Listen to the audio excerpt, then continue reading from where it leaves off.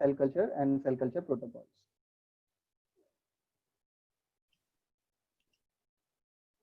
Sir? Yes.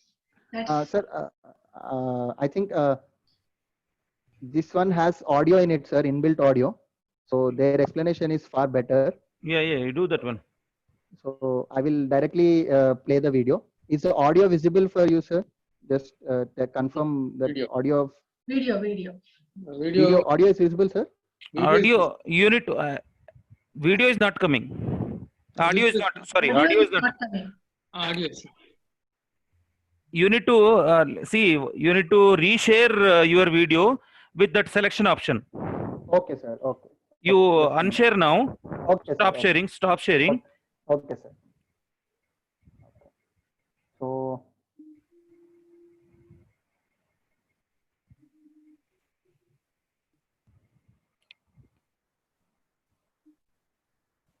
here it's not okay. So Yeah. share computer sound. Yeah. Okay. This animation, we will introduce you to the flow cytometry audible now? experimental Yeah, technique. audible. Excellent. Flow cytometry is used to count and analyze the size, shape, and properties of individual cells within a heterogeneous population of cells. Flow cytometry data is extremely quantitative and can be analyzed in depth by specific flow cytometry software programs. Once a suspension of individual cells has been prepared for flow cytometry analysis from cells, tissues, or organisms, the prepared sample is placed on the flow cytometer. How does a flow cytometer analyze the size, shape, and properties of individual cells? A flow cytometer contains several key components, including the sample, fluidics that move the sample into the flow cytometer, lasers, optics which gather the light, detectors to sense the light, and a computer system to output the data into a form that can be analyzed by the researcher.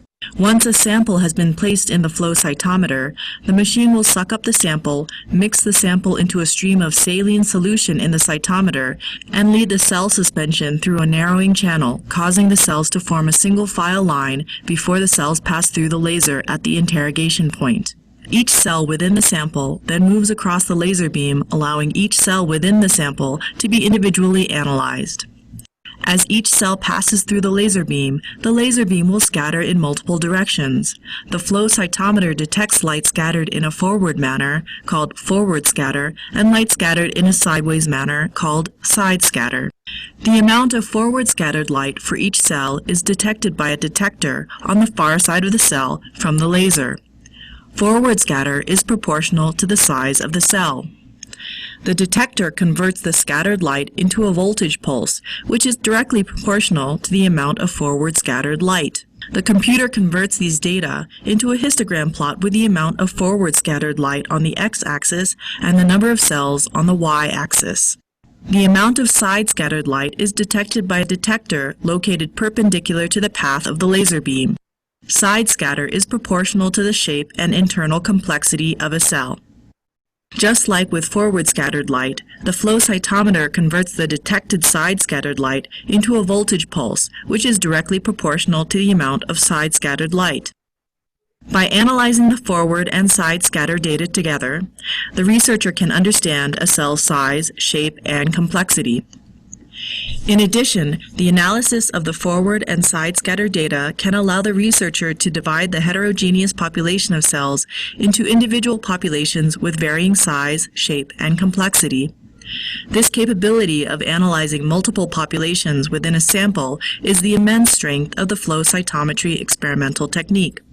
In addition to analyzing a cell's size, shape, and complexity, a flow cytometer can also detect emitted light from excited fluorescent molecules, such as fluorescently labeled antibodies or fluorescent dyes or stains. For the rest of this animation, we will focus on the detection of fluorescent signal by the flow cytometer. For more information about fluorescence, please see the fluorescence animation. The fluorescent molecules, or fluorophores, are excited by the correct wavelength of laser light when the cell passes through the laser beam. After excitation, the light emitted by the fluorophore is directed along a path with emission filters that allow for the detection of multiple different fluorophores emitting light in a cell. A flow cytometer can detect the presence of a fluorophore and also quantify the relative amount of a fluorophore within a cell. A flow cytometer can also be used to detect light emitted from multiple fluorophores in the same sample. While it is common for flow cytometers to detect 2, 3, or 4 colors at the same time, some flow cytometers can even detect up to 18 different colors at the same time. The data can then be presented to the researcher in the form of a histogram or a dot plot. Such data furthers the powers of flow cytometry analysis by enabling the researcher to analyze individual populations of cells within a heterogeneous mix of cells in the sample.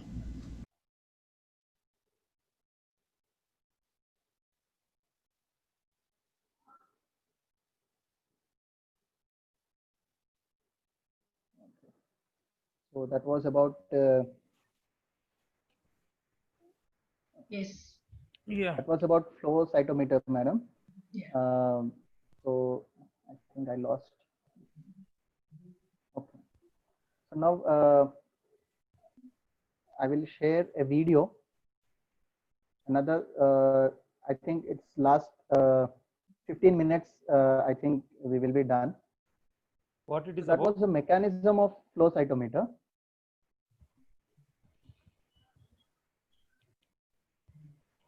Screen sharing.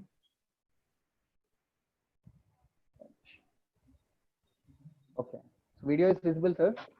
Yes. Yeah. Yes, sir. Visible. Okay. Visible. Yeah. So that was the actual mechanism which the flow cytometer employs. Uh, so before we go for flow cytometer, we have to stain the cells with specific dyes or with fluorescent substances. Here in this case, we will be looking around annexin 5 and propidium iodide staining. So propidium iodide binds with the DNA, it penetrates the cell and it binds with the DNA component. Usually propidium iodide initially was found to be inaccurate because it also binds with the RNA component. So the RNA component of different cells varies based on its metabolic phase in which it is. So then for apoptosis, annexin 5 and other improved methods which employ propidium iodide has come into play. So just like in cell culture, we need to remove the used up media, transfer the cell suspension. After harvesting the cells, transfer the cell suspension into a centrifuge tube and then centrifuge at 200 G or 2000 RPM for 5 minutes. Once the centrifuge is done, remove the supernatant.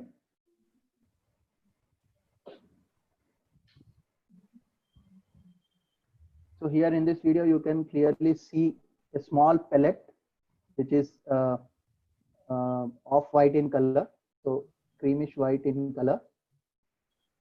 So be very careful while discarding the supernatant.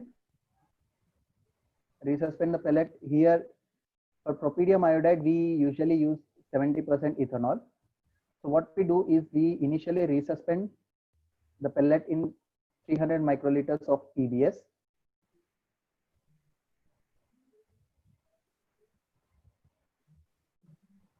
And then incubate and then add 0.7 ml absolute ethanol. So this one is 100% ethanol. So the final concentration of ethanol is now 70% because we already have 300 microliters of PBS in it. And now we are adding 700 microliters of absolute ethanol.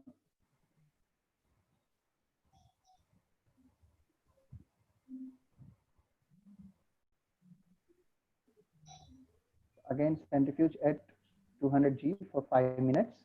Once the centrifugation is done, discard the ethanol carefully.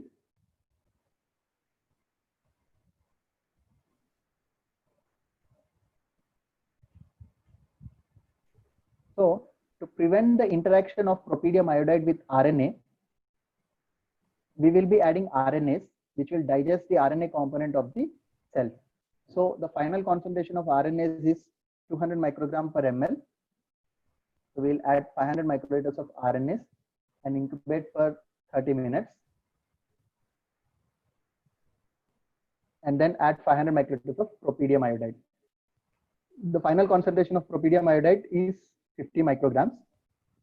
So propydium iodide is actually light sensitive. So preferably we can cover it with either aluminum foil, or you can use amber colored tubes. Now the sample is ready for flow cytometer. So this is for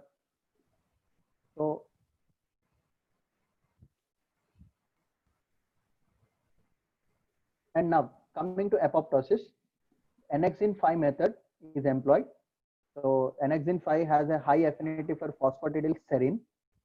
Basically, during the apoptosis signal, once the cell, the cell which is undergoing apoptosis, what is the signal that initiates the apoptosis inside the cell? Is the translocation of phosphatidylserine that is present in the inner membrane to the outer membrane of the cell. So once the phosphatidylserine translocates from inner membrane to the outer membrane, that is a signal which leads the cell to undergo apoptosis. So apoptosis is a pathway which is used to remove unwanted cells. It is important in organ development, immune tolerance, and nervous system development, and digit formation. And so the phosphatidylserine which is present in the inner membrane will translocate to the outer membrane, and then the apoptotic pathway happens and the cell death will happen. So this is a highly programmed cell death where there is no necrosis, like the lytic content is not released to the exterior. So apoptosis is a highly programmed cell death where apoptosomes are formed which are digested by macrophages. So Annexin 5 has a very high affinity towards phosphatidylserine. So fluorescein conjugated Annexin 5 and propydium iodide can bind to the DNA molecules only in dead cells and gives fluorescence. So in the previous video, you have seen how the flow cytometer detects the fluorescence of different fluorescing substances. So please keep that in your mind, because that I will be explaining you. Cells are mixed with fluorescence conjugated Annexin 4 and PI. So the a viable cell will not have, a cell which is alive will not have any phosphatidylserine in its outer membrane. So neither the PI can enter into the cell nor the Annexin 5 can bind. So all the viable cells, all the healthy cells will remain unstained with both Annexin, also with PI. And those cells which are undergoing apoptosis, that means those cells in which the apoptosis process has initiated, there you can see phosphatidylserine has translocated from inner membrane to the outer membrane where Annexin 5 will be binding. So the yellow color is the Annexin 5 FITC. So it is binding to the phosphatidylserine in those cells which are undergoing apoptosis. And those cells which are dead by apoptotic process, the propydium iodide will enter into the cell and then it binds to the DNA component. And also the Annexin 5 will bind to the phosphatidylserine which is present outside the cell membrane. So usually the cells which are undergoing apoptosis are single fluorescence emitting cells, and those cells which are dead by apoptotic process are double fluorescence emitting cells. And there are one more category cells, that is the cells which are dead not by apoptosis process but by some other process. Then you can only find propydium iodide in those cells, because if the cell dies with some other process other than apoptosis, we won't be finding any phosphatidylserine on the outer membrane. Only those cells which are undergoing apoptosis, the phosphatidylserine is on the outer membrane. So the fourth type is only propydium iodide. So we have cells undergoing apoptosis where Annexin 5 is binding, cells which are dead by apoptosis where you have FITC, Annexin 4 and propydium iodide, and cells which are dead not because of apoptosis where only propydium iodide can enter into the cell. So now once the flow cytometer, as you have seen in the previous video, it will detect each and every fluorescing substance. When the laser light hits, it will detect the amount of fluorescence and the type of fluorescence that it is emitting. So now Annexin 4 PI, healthy cells, Annexin 5 negative, PI negative. So all the cells which are healthy, and are not undergoing apoptosis will be graphed into this quadrant. Those cells which are still alive and are undergoing apoptosis will be graphed into this quadrant where you can see annexin 5 plus and pi minus. Dead cells, because of apoptosis, will be graphed into this quadrant where you have annexin 5 plus and also pi that entered into the dead cells. And the other last quadrant, which is empty, is actually for those cells. In this video they have not demonstrated, but this last quadrant is for those cells which are dead but not by apoptosis. So there might be some necrotic process or some other cellular pathway has been initiated, or the cell might be dead because of starvation or lack of nutrients. So such kind of cells, or the cell might be dead because of the mechanism of action of drug, which is inducing another mechanism of death other than apoptosis. Those will take up only pi. So now you can see the intensity, fluorescence intensity for pi and fluorescent intensity for annexin 5. When plotted, you can find the viable cells in one quadrant, early apoptotic and late apoptotic cells in another quadrant. So this is how we will detect the cells by staining with pi and annexin 4 using flow cytometry. How many cells are undergoing apoptosis, how many cells are already apoptosized, and how many are viable.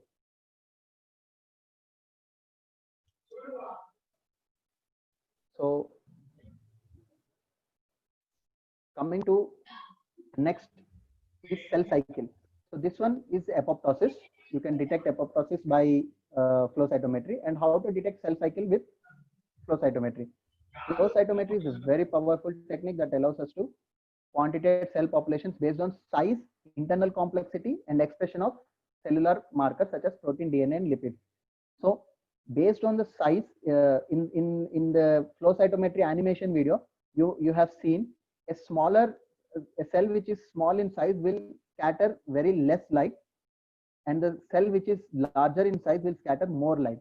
So using these principles, the flow cytometry can also detect in which stage the cell you're quantifying is currently present in.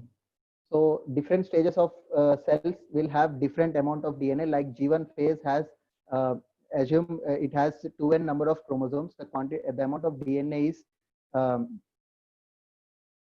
2n. When in S phase, the amount of DNA will be doubled.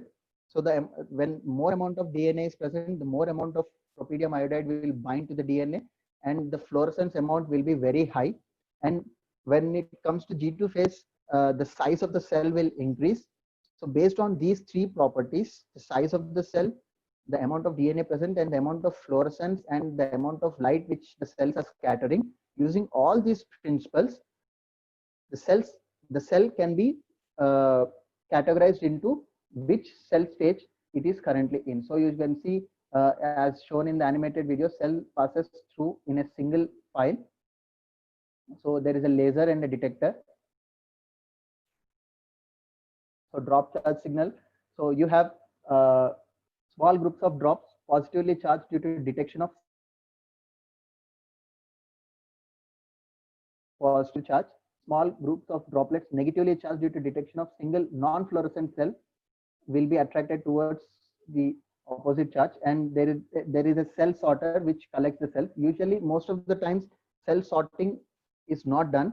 Only detection is done, because all we want to know is how many number of cells are present in S phase, how many number of cells are present in G1 phase or G0 phase or M phase.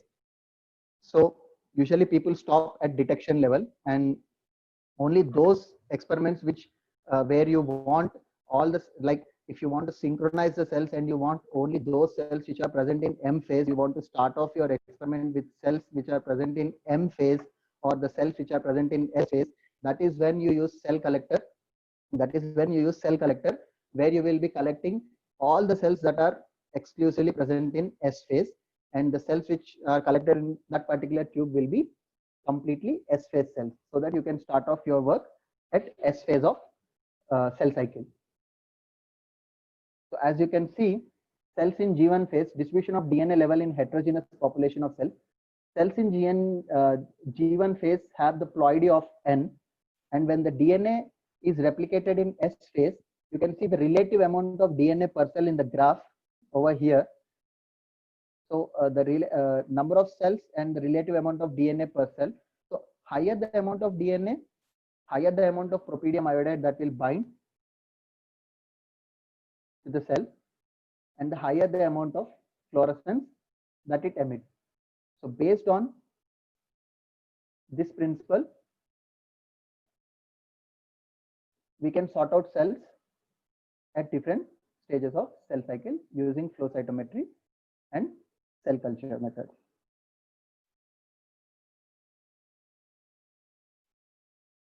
So during M phase, chromosomal segregation occurs and the size of the cell is almost double.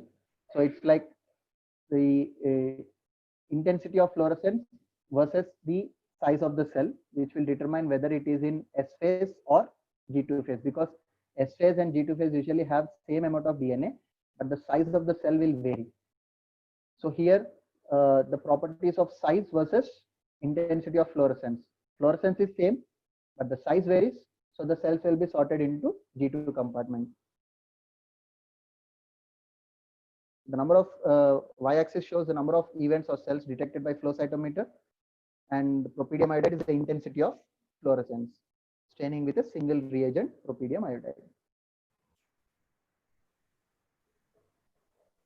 So this concludes our cell culture, cell